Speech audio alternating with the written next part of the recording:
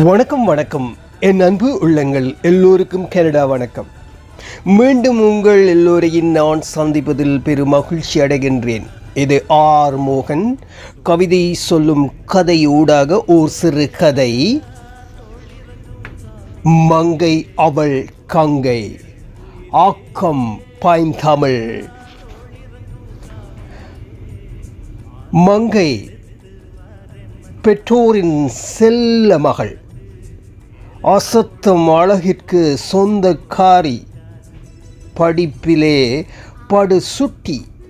College போகும் போதே காதல் வயப்பட்டு மித்திரனை காதலித்தாள். பெற்றோர் எதிர்ப்பை மீறி திருமணமும் முடித்தாள். ஆனந்தமாய் கழிந்தது வாழ்க்கை.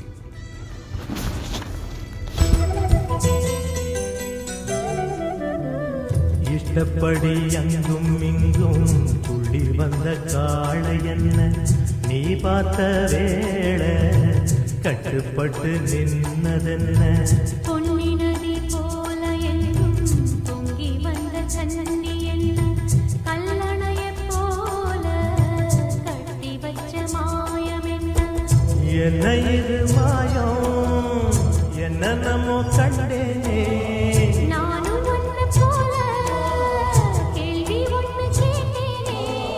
தட்டு கட்ட நானும் மாற காரணமே நீதானே.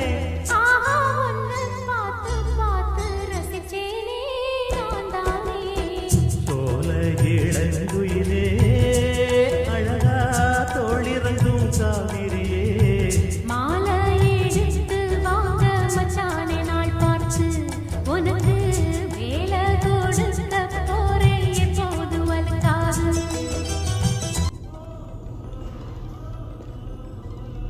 ஆனந்தமாய் கழித்த வாழ்க்கையிலே விதி விளையாடியது. ஒருவருட வாழ்க்கையிலே கேன்சர் வந்த மித்திரன் இறந்தான். புகை அதிகம் பிடித்த காரணத்தால் கேன்சர் உண்டானது. ஐயங்கோ மங்கை பாவையானாள். திருமணம் முடித்து ஒரு வருடத்திலேயே அசம்பாவிதம் சம்பவமாய் அவள் கனவெல்லாம் நிராசையானது. வீட்டுக்குள் முடங்கி போனாள் மங்கை.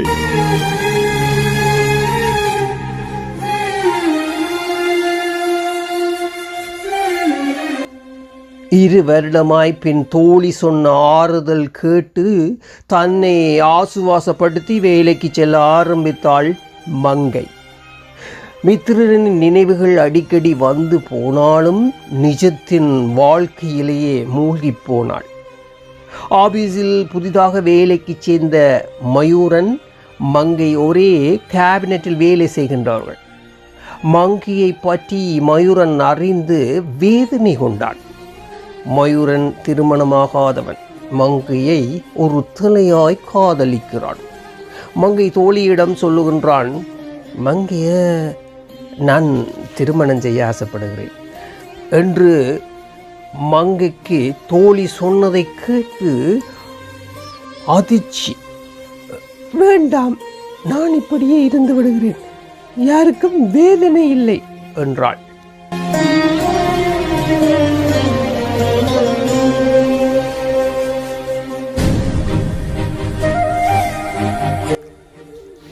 மயூரன் மறுநாள் அவன் நண்பனுடன் அவள் வீடு தேடி வந்து திருமண பேச்சை எடுக்கின்றான். மயூரனுக்கு பெற்றோர் உற்றோர் இல்லை. ஒரு வழியாக மங்கை சம்மதிக்கிறாள். மயூரனை மனமுடிக்க இனிதே கோவிலில் சிம்பிளாக திருமணம் நடந்து 6 மாத திருமண வாழ்க்கை அபரிதமாக சென்றது. மங்கை கற்பம் தரித்தால் மிக்க மகிழ்ச்சி அடைந்தார்கள்.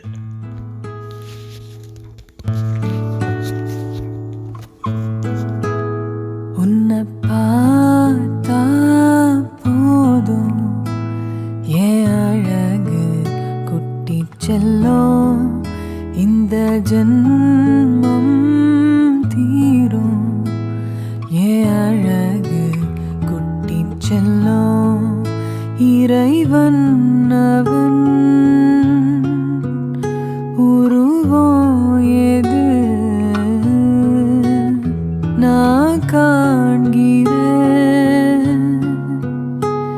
நீதாது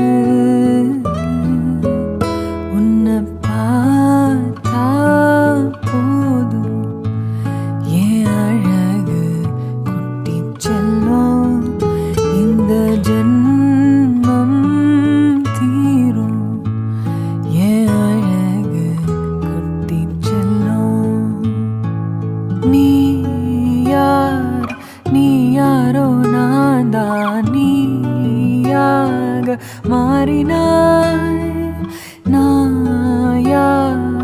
நான் யாரோ நீதான் நான் தான் கூறினாய் வேர்னா பூனிதான் பூவே வாசம் வீசினாய் வாசம் என் சுவாசம் என்றும் நீதானே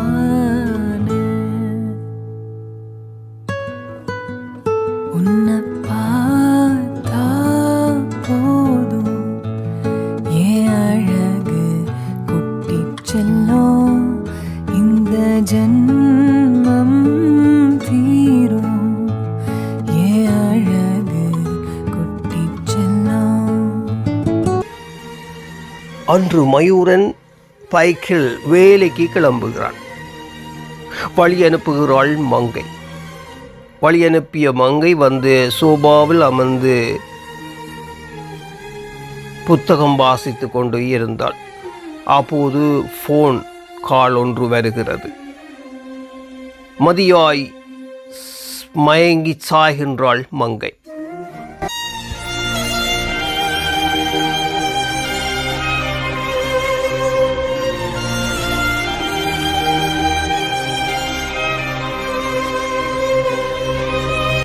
ஃபோன் செய்தி ஃபேக்ஸ் ஆக்சிடெண்ட்டில் அடிபட்டு மயூரன் உயிரிழந்துட்டார். யாரோ அவன் தொலைபேசியிலிருந்து செய்தி உரைத்தார்கள். மங்கைக்கு வேலைக்காரி எழுப்பிய பிறகே சுய நினைவுக்கு வந்தாள் மங்கை.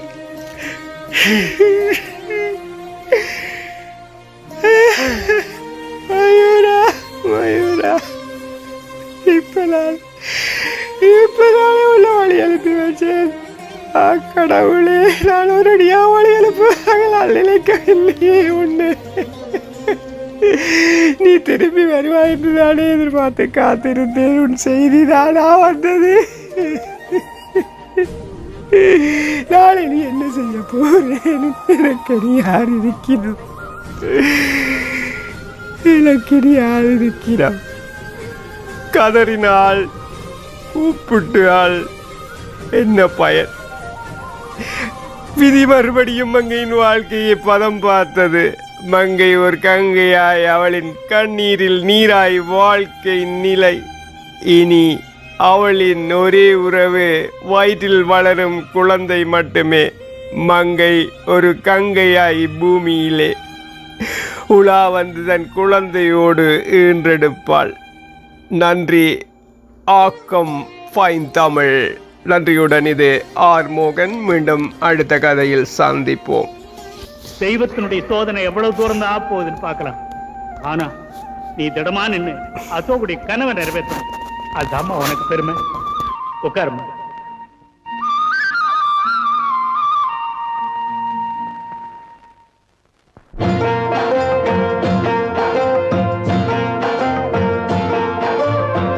எதற்கும் ஒரு காலம் உண்டு ஒரு திருமகளே.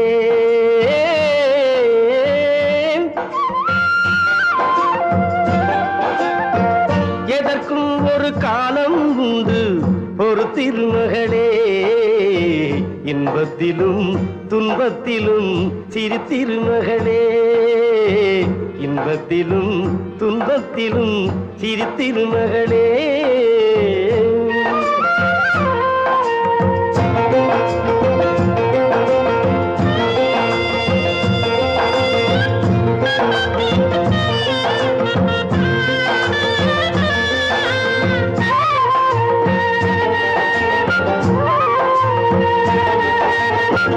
மனித குலம் வாழ்வதிந்த தத்துவத்திலே மனிதகுலம் வாழ்வதிந்த தத்துவத்திலே அனுபவத்தில் எழுதி வைத்தார் புத்தகத்திலே பிள்ளைக்கென வாழ்ந்திருக்கும் தாயினத்திலே பிறந்தவரில் நீ ஒருத்தி ஆயிரத்திலே இன்பத்திலும் துன்பத்திலும் சிரித்திருமகளே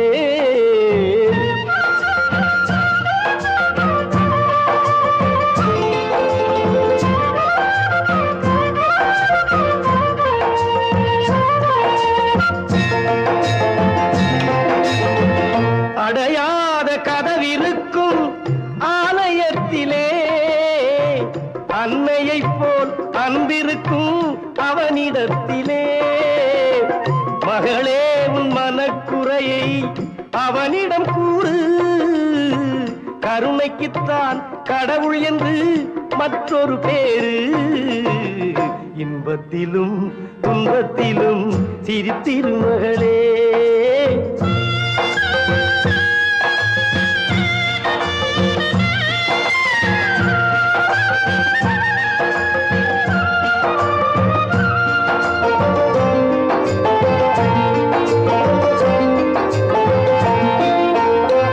நிழல் கொடுக்க தந்தை என்ற மரம் இருந்தது நேற்று வந்த காற்றில் அந்த மரம் விழுந்தது கனி சுமந்த பூங்கொடியோ கண்கலங்குது இனியும் என்ன ஆகும் என்று பெண் கலங்குது இன்பத்திலும் துன்பத்திலும் சிரித்திருமகளே